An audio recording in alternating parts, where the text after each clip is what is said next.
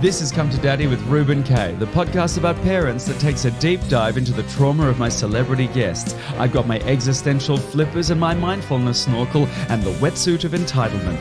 Dive, dive, dive. I don't want to say I have daddy issues, but when they told me Father Christmas comes down the chimney, I douched. What does that even mean?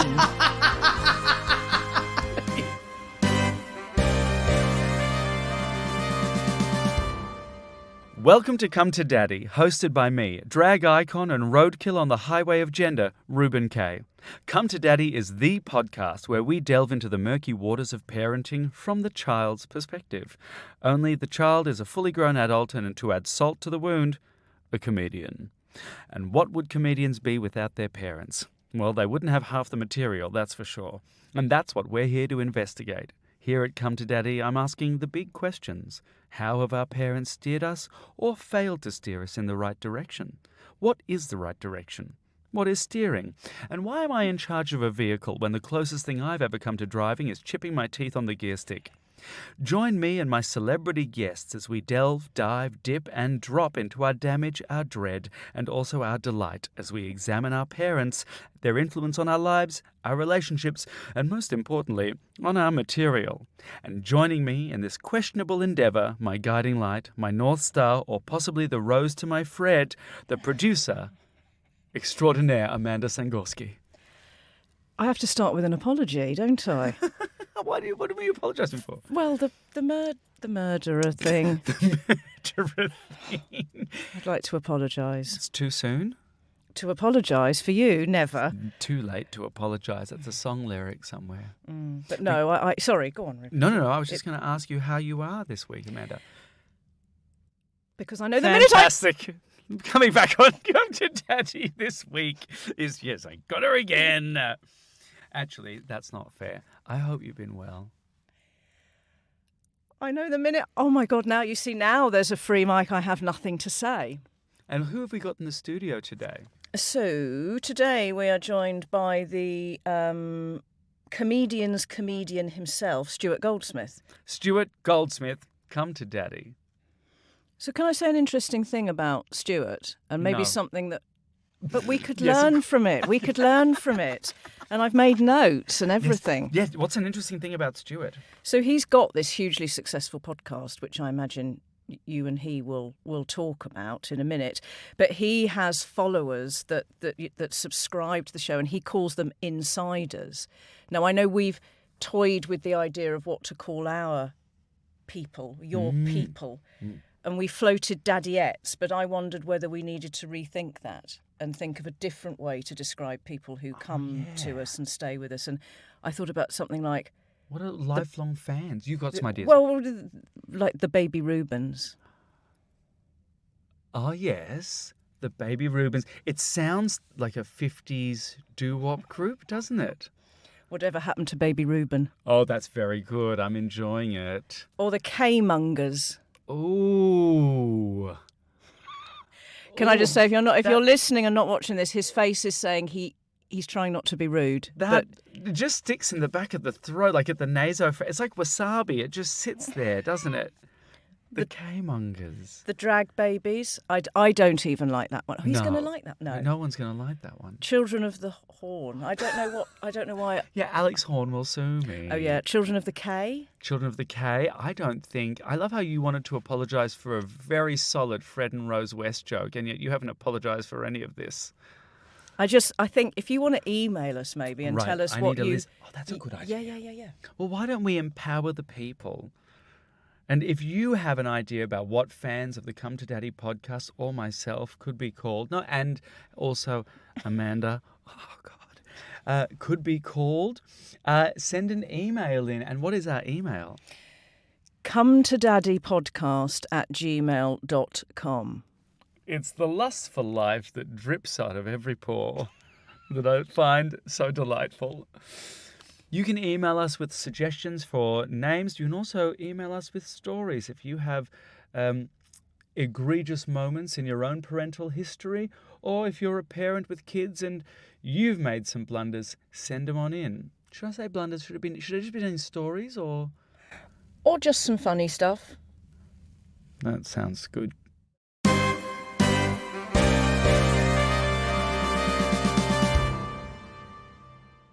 So let's get into it. My guest today is a linchpin of the British comedy scene, host of the legendary Comedian's Comedian podcast since 2012, technically the competition, we won't mention it. He has interviewed over 400 comics about their craft, so what he doesn't know about comedy isn't worth knowing.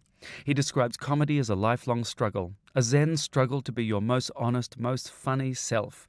And yet, he trained at circus school and cut his teeth as a street performer in Covent Garden before going on to become a hugely successful stand-up in his own right. Stuart Goldsmith, come to Daddy. What an introduction! I loved every minute of that, and I should just I don't know how much context you want to do. I'm because I've got a lot of experience hosting podcasts. I don't have a lot of experience of shutting up and listening, and I did really well to shut up and listen there. But here are I've got factors that I need to deal with before we start. Can we do that? Okay, absolutely. So I just warn you, I will also not be listening. 100%. Great. So. Okay, I could fall into your eyes. We've just met. You are so handsome and your eyes are just unreal. And I'm sat here in this grey T-shirt having forgotten we were going to be videoed. And just for the benefit of the listener, there is also a fabulous picture of you, which is like a studio shot lit photo of you that's adorning the wall that is no less perfect than your actual living face that's right next to it. And you have a production team and a script and all this stuff. And I'm just thinking, I've recorded the bulk of my episodes in like the street or someone's car or it's like the lobby of a hotel looking furtively over our shoulders. So I feel like I'm in the upper echelons here. It's Do you know very what? exciting You to be really here. have taken a step up when you come into the Come to Daddy podcast. Yeah. We've got everything here. We're so well organised, we might be part of the problem. Yeah, okay. And we're that's quite fair. happy about it. Look, the fact of the matter is, I don't go anywhere without studio lighting and a perfect representation. I see. Otherwise, people are going to look at me without it and realise it's Bridget Nielsen in a wig. Oh, very good, very good. Okay, gotcha. Understood. Oh, well, so welcome to the podcast. Thank you for coming in slate grey and all. Yes, I love it. I'm going to refer to this as slate grey from now on. And when my wife mocks me for looking boring, I'm going to say, actually, Reuben says it's slate. Correct. It's a Farrow and Ball moment. And that's what we're here for. All right. Now, a little fact thing here. Oh, no, I've just got to hear my notes. Stuart was born in 1977. He's 45, full stop. That feels like an indictment, doesn't it? I would have gone without the full stop. Yeah, for sure. Yeah, no, I'm pretty old. I'm pretty old in comedy terms. You are. Like I've been doing it long enough that I've seen sort of waves and waves now of like the people I think of as the new cool kids are also old. Yeah. You know? So well, it takes a long time to get anywhere in comedy because, like you would know, there's no such thing as an overnight success. No, for and sure. the new hot thing is often the thing that has been doing the new hot thing for years until the right person paid attention. Exactly. And you're kind of in the ascendancy. I'm going to start doing my podcast at you in a minute. I will. Yes. No, I'll come on to your podcast. For sure. And we can do our things on each other. We'll do all of that. We're going to do our things on each other at a later date. Now, first off, we have a trial by fire, a journey through the Simperglades, the gauntlet here at the Come to Daddy chat. And I call it the parental questionnaire, quickfire answers only. Are you prepared? No, but I'm ready. Fantastic. Names and ages of parents. Dave and Sue. Ages, I don't think I can help you. I think my dad must be 75? Is that mad? Yeah, he must be about 75. My mum is in her early 70s. And where do they live? My mother lives in Leamington Spa. Me neither. And my dad lives in southern Spain. Oh, they are not together. Well, not unless your dad has a very long penis. Sisters or brothers? I have one sister. She has a very long penis, and one brother. I've not seen it. I would like her number. How much, as a percentage, do you blame your parents for the way you turned out? Not much. Expressed as a percentage, kind of 10%, I would say. Oh. I don't really blame them. I don't begrudge them any of it. I'm quite accepting Well, of. then how are you even a comedian? Well, I know. I think this is it. This is why I'm a linchpin of the comedy circuit and not the kind of the powdery glitter on top of it. Why am I always the fulcrum and not the weight? Here's a question. We're going back to the blame, as we do, but I'm going to flip it. What would you say, as a percentage, would you credit your parents for the way you turned out? Oh, nothing at all. No. They were very as a percentage. Yeah, like 50, I guess. They were very supportive, very accepting, and I wanted desperately to be different and weird and strange, and they didn't stand in my way, and so there was not much to rebel against. But I want to know about kind of an upbringing where you're trying to rebel against, but you don't have anything to rebel against. I know I was rebelling against the kind of the context rather than an individual. Like I was rebelling against school because I hated school, which was a sort of really reasonable place to be. Yeah, I think so. Yeah, it was. I went to a private school. I got a scholarship to a private school. Anyone who did get a scholarship has to point out, we weren't incredibly wealthy. Yeah. I got a scholarship. But I joined that school halfway through the kind of junior school. So it was a completely weird alien environment. Where I don't know what that means in terms of ages. I guess I was 8 and I was joining a school. I left my school my junior school before it had finished, and was transplanted into this new thing, which was wildly different and oppressive and just kind of a regime, really, and uniforms and sports I didn't understand. And did it reject the transplant? I would say both. Yeah, it rejected the transplant. Host. Yeah. Yes, I rejected myself, I think. I do, having grown up through that system, and then there's one or two people I'm still in touch with, friends who there's a guy who sat next to me in every class and he had a whale of a time, it turns out. So it must have just been me. Do you know what I mean? It wasn't like, I remember it being this awful kind of dream-crushing sort of machine, but Duncan seemed fine with it. Thank you, Duncan. I hope you're happy wherever you are. What were the jobs that your parents had? Absolutely textbook standard. Middle class Leamington Spa type jobs. My mum was a primary school teacher. Right. Stopped when she had 3 kids, obviously, and then went back to it. And then give that pelvis a break. My dad. Well, she's ovulating sand. 3 kids. I know. Well, now I've got a bit of context as a parent myself. I'm like, oh Jesus. My dad was a civil engineer. And he specifically... What is civil engineer? I don't know. What he specifically did was he designed where the cones go on motorways. And he would But be they're movable. Yes, but they have to be put in a special place. And there's often, if there's a thing, for example, something I know to be called a contraflow, which is when traffic changes to the opposite lane around some building works, you've got to be really careful where you put the cones. And he was careful where he put the cones. Isn't it wonderful to know that anything can be a job? My earliest memory is being stuck in an upside-down traffic cone. We always had some in the garden. Haven't we all? Yeah. I just want to say this. My job is putting on like 8 kilos of lead-based cosmetics that will render me sterile. These eyelashes, high heels, and with my balls like shoved up inside me. And I'm curious about every day of my life. I just love I love the nestling. Yeah. Right under here. I confuse them between my glands. I never know if I'm coming down with something or properly tucked. Yes. Oh. But I find it very funny that I am as confused about your dad's job, which is a standard job in the world. There's plenty of cones. As much as he might be about mine. I think that's a beautiful thing. Yes, I think he would be. It's fun to imagine his reaction to you. He's a very cool guy. And it's not that he is. I don't think it's about prejudice. I think it's about experience. Let's go. Oh. Yeah. What is this? And what do you do? Yeah. Great. Yeah. Exactly that, because he'd want to not get it wrong. He'd be like, and I want to do that about a civil engineer. I'm like, you put cones on a road? That's great. Yes, totally. I support that. Well, it was. He was very cone themed. It was a cone traffic cone themed life. No, this is all comedy gold. Yeah. This is great. I've never managed to do anything with it, but I tell you what, I do enjoy ringing the highways agency to tell them about debris on the road. that has really stuck with me. So mum and dad, dad lives in Spain and mum lives still in Leamington Spa? Yes. And what happened? The key elements are my dad fell in love with Spain. For reasons I won't go into, he had a very, very, very difficult life growing up, and he outlived all his male relatives and decided that he wanted to go and live in Spain. This was complicated by the fact that my mother didn't really seem that fussed about Spain, and then in Spain in 1988, we were in a very serious car accident, all of us. No one died, but we all got smashed to bits. Right. And I say smashed, but no one died, no one lost any limbs. Sure. We had lots and lots of, there was lots of... Contusions? Yes, there was 1 or 2 contusions. And there was almost certainly PTSD sprinkled above us because it was a horrible thing. And no one was offered therapy for it because we hadn't done all the great work that's been done since on PTSD.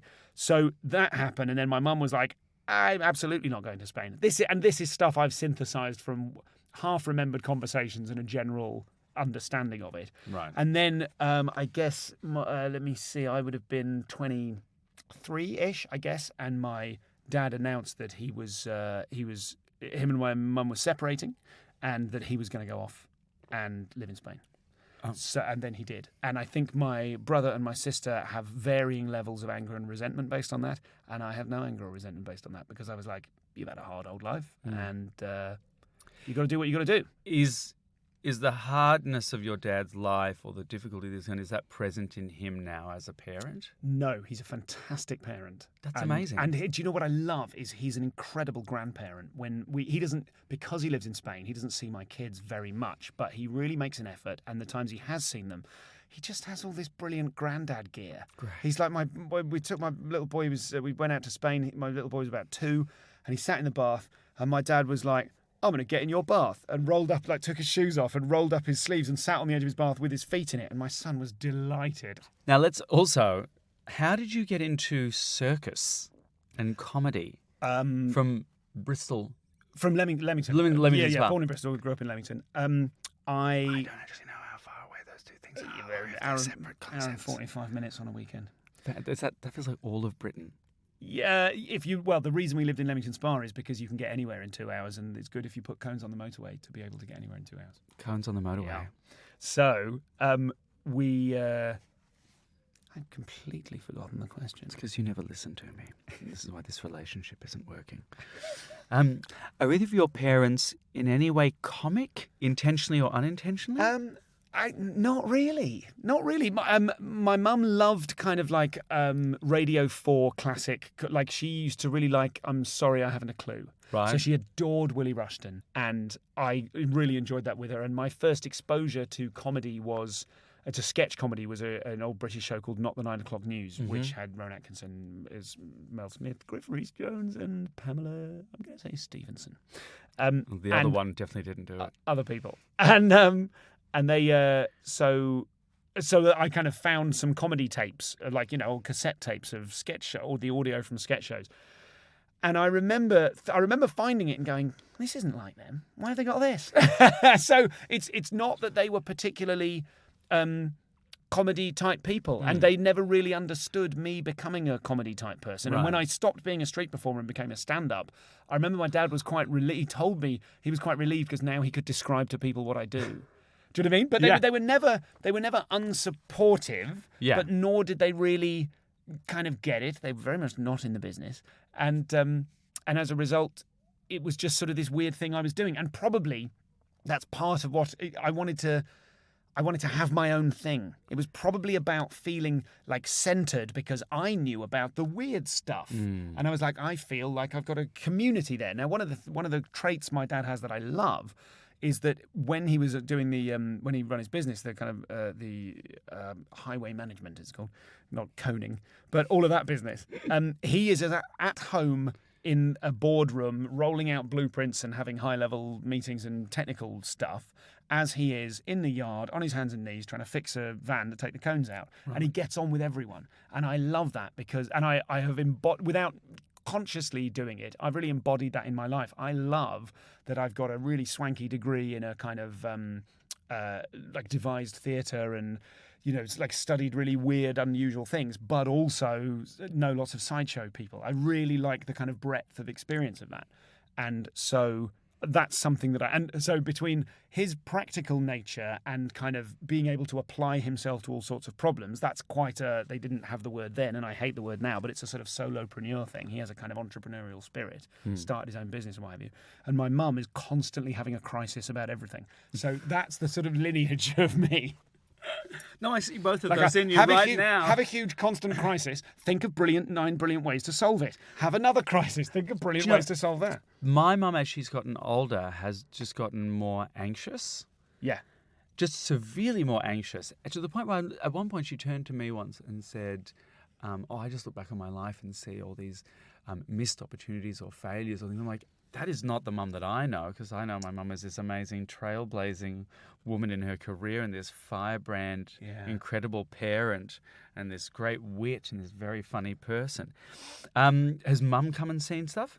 Oh, she didn't for years. She didn't Right. for years. My Edinburgh debut was in 2010, and it contained material about. And it was- I'm pouring a jug, not peeing, for our listeners.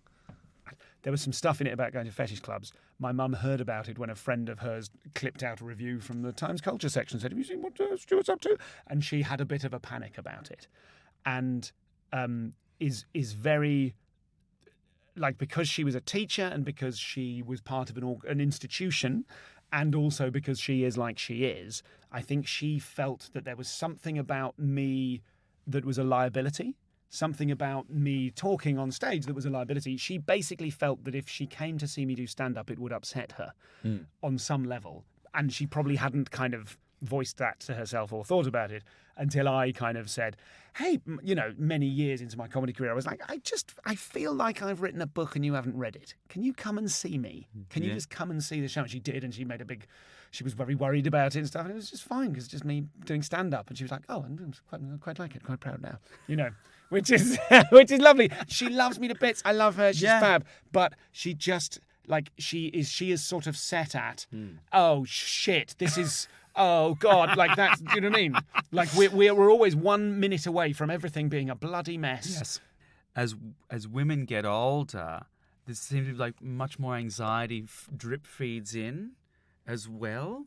Yeah, Do you think that's it's interesting. accelerated as she ages? I don't know. Or has it always been quite? It's constant? always been quite full on. Yeah, she's. I think it's always been there. Wow. And I think that, as people get older, the spectre of death hovers ever nearer, doesn't it? And when you hear your parents start to say things like, well, I'm not going to be around forever, and you go, you're sure? Like, how accepting of this are we? Can't wait. I feel Can't wait. My mum's... For Can't them wait to to go. go. Your mum dies. My mum has already said, first time I pee myself in public, it's a brick to the back of the head. My dad has exactly the same. So I just test all the time. I shout boo behind her and see how we're going. My dad, because he lived with my grandmother, his mum, for a while, as she gradually she had Alzheimer's, it got worse and worse, and she lived for a very long time and then fell apart over quite a long time. His whole angle to that is switch me off. If I ever get like that, switch me off. And I'm like, she was not plugged in to anything, But I'm pretty sure he will have a Dignitas pill in the fridge on the lower shelf, so if he falls over, he can reach it still. I'm sure he's thought about it. You describe yourself as a therapy junkie. My podcast has been described variously as an untrained man attempting psychotherapy with no regard for the consequence. I'm sorry, that's what most therapy is. Yes. When I was going through some stuff here, I was seeing a therapist. At one point, she took the therapy manual, like one of the therapy textbook, and left the room and came back with a photocopy of the chapter on grief and how to deal with it, and said, pass it to me, and went, have a read of that. I'm like, no, you're meant to read it. This is the instructions. Yeah. You're meant to read it and implement it. So you work with me.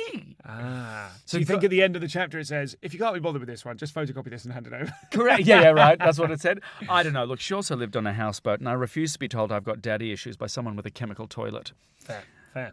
So, as your family as sort of into therapy? Not at all. No. I think my Are they mum... suspicious of it? I think...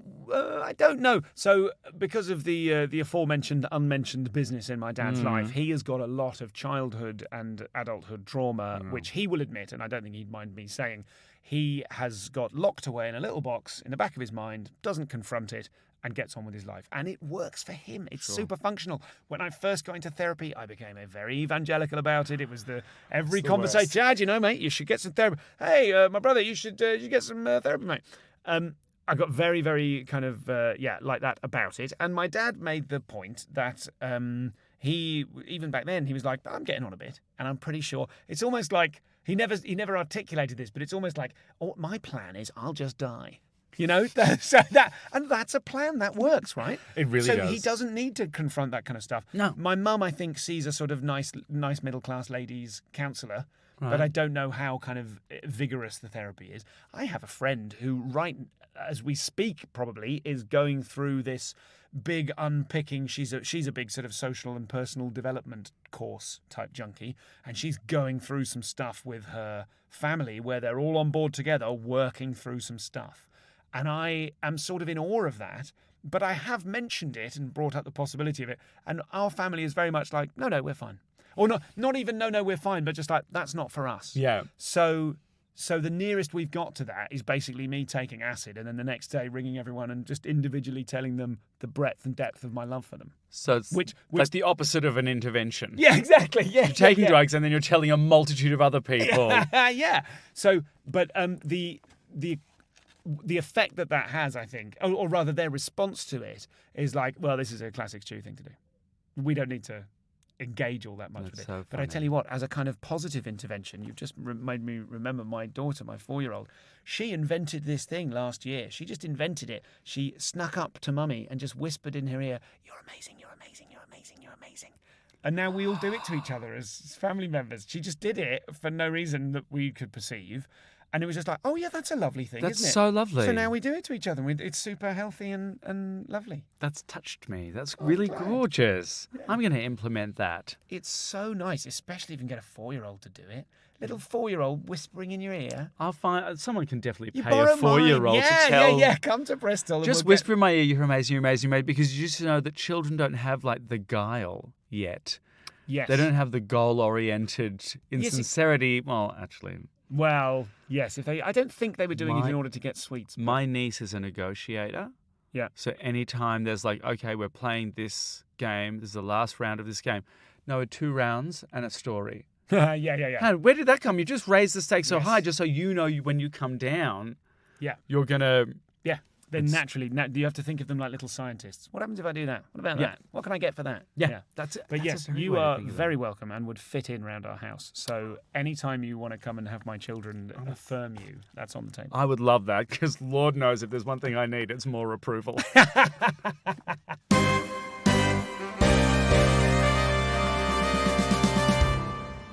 Now it's time for you, our esteemed guest, to take a break from the conversation and delve your hand into the Come to Daddy Pick and Mix. This is where you get to choose a story to share about your parents. Please use the gloves and tongs provided. Yes, the Come to Daddy Pick and Mix. It's like Russian roulette, but with trauma. Enjoy. Daddy, look, I'm doing a dive. Can you Isn't it great? That's my memory of my entire childhood. Is me being like, look, and my mum being like, sorry, I've just got to go win an award. Bye. Can you think of a way you tried to get your parents' attention?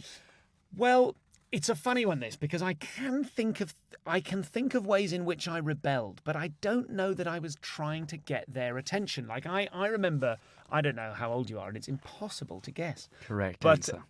I remember Pump Up the Volume, the Christian Slater movie. I was very, very partial to a bit of Christian Slater. And True Romance, who wasn't? Oh yeah, for sure. That was kind of post my childhood, but I remember having a Christian Slater poster from like Smash Hits or something, and Paula Abdul, and I was like, there we go, the 2 pillars of my sexuality. These guys, really great guys. So he was in Pump Up the Volume, which was he was like a radio DJ, like a talk radio guy, and it was like the whole thing was "so be it," and his catchphrase and the revelation of the movie. It was all about acceptance, and it was like, adolescence is shit, and the goal is to get through it. And I think I was going through a sort of self-inflicted maelstrom of adolescent torment. And I spray painted "so be it" in black spray paint on our magnolia chip, wallpaper, and they didn't mind at all. But that's the funny thing is, like, I wasn't doing it to get their attention. I was like, that would look cool there, and I'm sure no one would mind. And they were like, and there was that. So I was that's like, very funny. Phase 2. So then I got the entire wall, which must have been 12 foot by 12 foot. Wall of my bedroom and spray painted the cover of Pretty Hate Machine, the 9 Inch Nails album.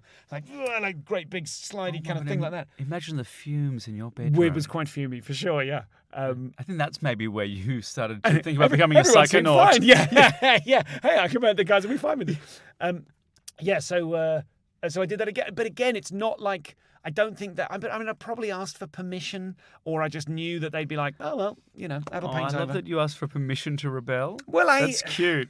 That's very adorable. Yes, but that's the thing. I don't know whether it was an attempt to rebel so much as an example of me kind of going, outward creativity and difference, and my parents kind of going, yeah, sure.